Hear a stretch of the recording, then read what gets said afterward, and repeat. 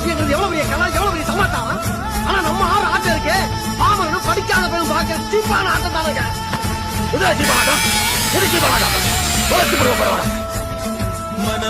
கஞ்சி ஊத்துற கலையை கேவலமா பேசுறீங்க. மானம் கட்டவன இந்த சொல் தெரியுமா மாதாம சாரமும் தெரியாம அதிகம் தெரியாம 10 பெரிய மனுஷன் ஒண்ணா உட்காந்து செய்யலன்னா பரதநாட்டியம் பெரிய கலையடா. தெரிவாரமாக இருக்காங்க ஆட கலையிலடா.